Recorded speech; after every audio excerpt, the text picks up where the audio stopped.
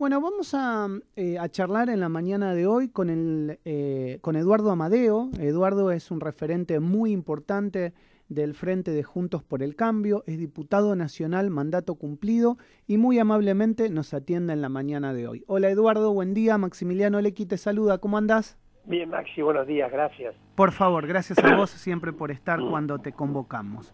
Bueno, Eduardo, la primera consulta que te quiero hacer es lo que ha pasado con la Cancillería Argentina respecto a las declaraciones que ha expresado, que parecen no ser tan claras, respecto a los ataques que está sufriendo Israel. ¿Qué te parece ese comunicado que hemos conocido en el día de ayer, que ha sorprendido a muchos? Sí, primero un comentario formal, Maxi, no se entiende lo que quiere decir, está mal redactado, la Cancillería tiene un problema con las redacciones, y eso no es chiste, porque en un tema tan complicado uno no puede tener medias tintas, decir cosas que no se entiendan. Pero lo más profundo, lo más importante, es que ha tomado partido en un conflicto de manera muy insólita, porque está clarísimo que el movimiento Hamas del lado palestino ha iniciado por su cuenta las hostilidades de una manera muy brutal, bombardeando Tel Aviv y varias ciudades fronterizas. Entonces, la tradición de la Argentina es la defensa de la paz, la vieja tradición diplomática, y no meterse en un conflicto apoyando abiertamente a uno de los lados, en particular cuando se trata del agresor, ¿no?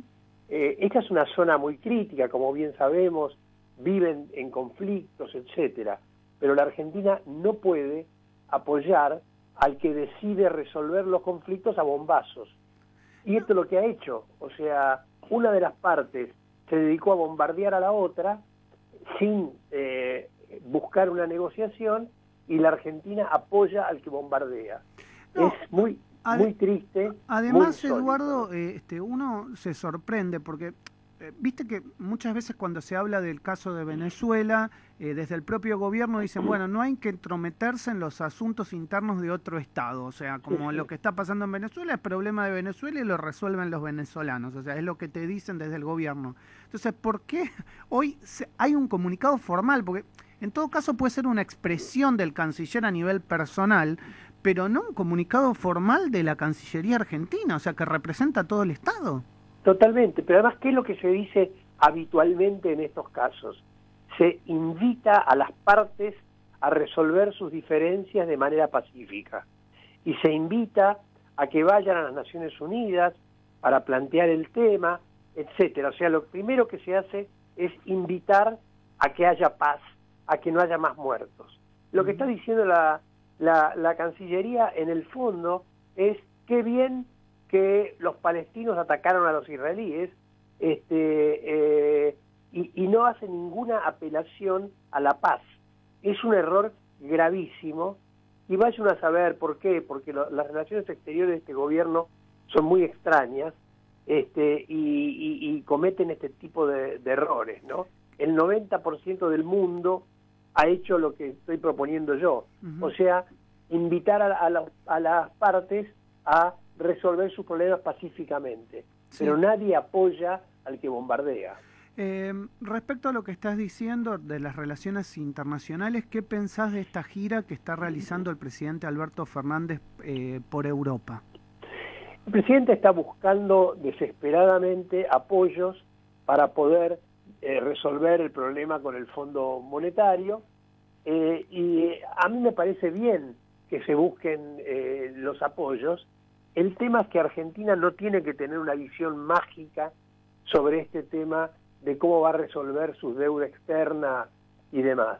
No alcanza solamente con que te apoyen.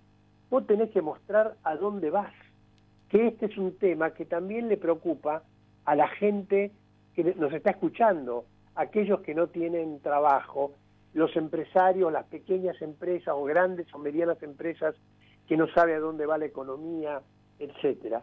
Entonces el presidente y su ministro de Economía deberían poner la misma energía en ir a pedir ayuda que en ofrecer un programa económico que solucione los problemas que estamos teniendo ahora. Entonces yo digo, ojalá le vaya bien al presidente, consiga que podamos refinanciar las deudas, etcétera.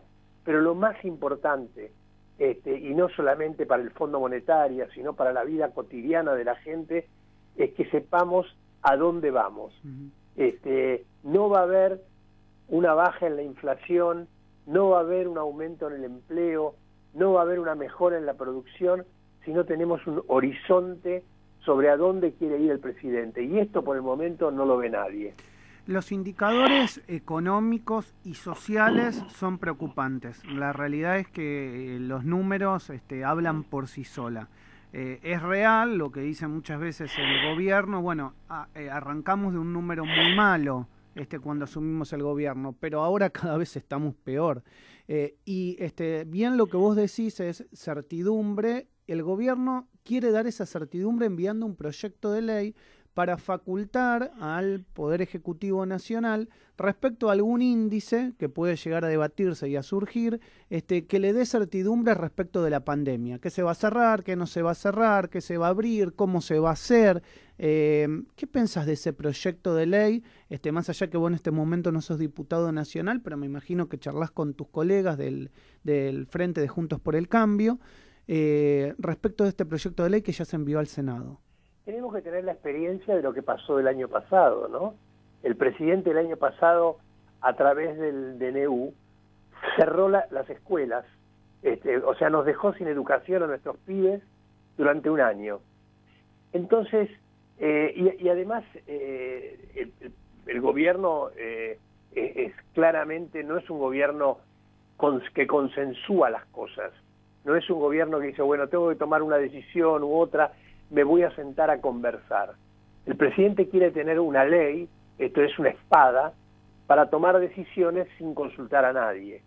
Y esto es muy peligroso, porque lamentablemente el gobierno viene cometiendo un error atrás de otro en muchos campos, en el campo educativo, en el campo sanitario, fíjense ustedes lo que pasó con las vacunas, sí, en el campo económico, etcétera. Entonces, nosotros no creemos que la solución sea decir al gobierno, acá tenés para que hagas lo que se te dé la gana, y nosotros confiamos en vos.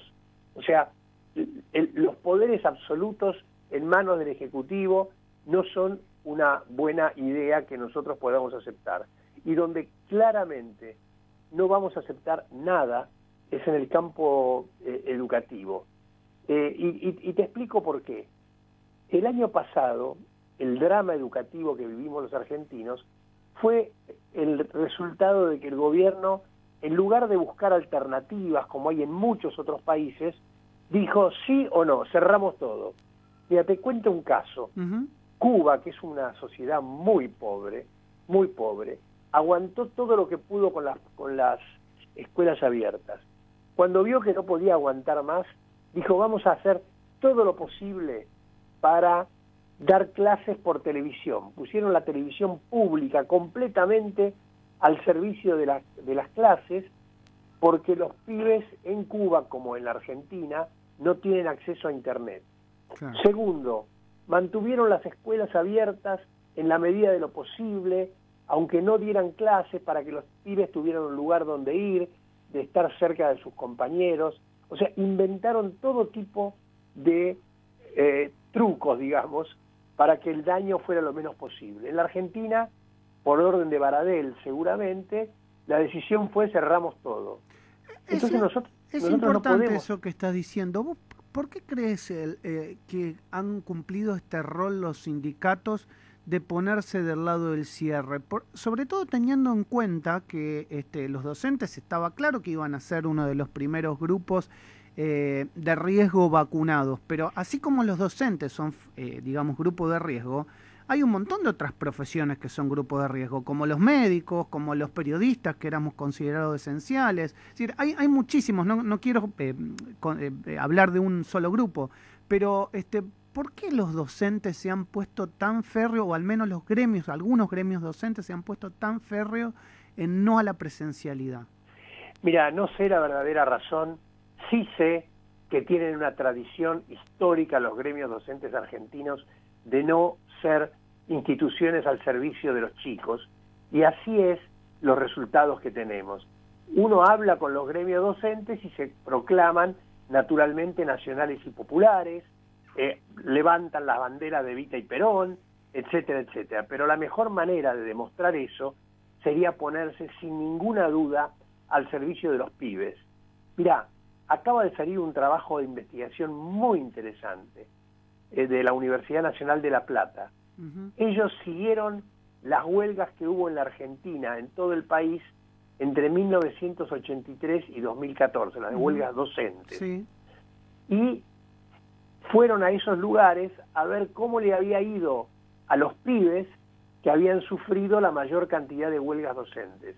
Cómo les había ido en la vida, si habían conseguido el trabajo, cómo habían armado sus familias, etcétera, etcétera.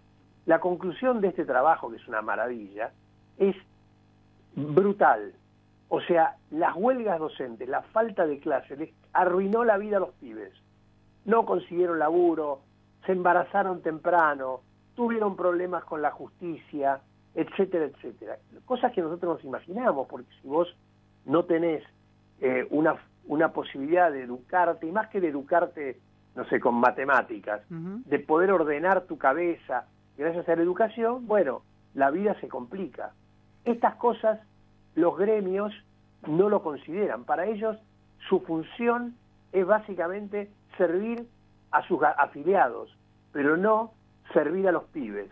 Y bueno, lo del año pasado es una muestra, y el gobierno no se animó a discutir con Baradel y compañía, se entregó a ellos y esos fueron los resultados, ¿no?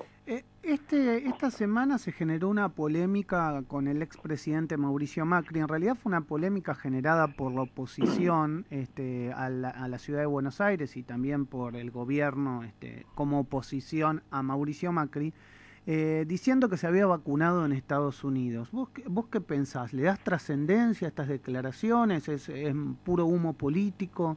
Me parece que es una enorme hipocresía. Para empezar, fue el mismo Macri que lo anunció. ¿Cuál es nuestra crítica, nuestra condena a los vacunatorios VIPs y a todas las cosas que han hecho tantos dirigentes políticos del oficialismo en todo el país? Que cuando se vacuna una persona de 20 años, de 30 años o de 40 años, que no es crítico, lo que hace es sacarle la vacuna a otro que lo necesita. Vos mencionaste a los médicos, a los docentes, a los periodistas y a Doña Rosa.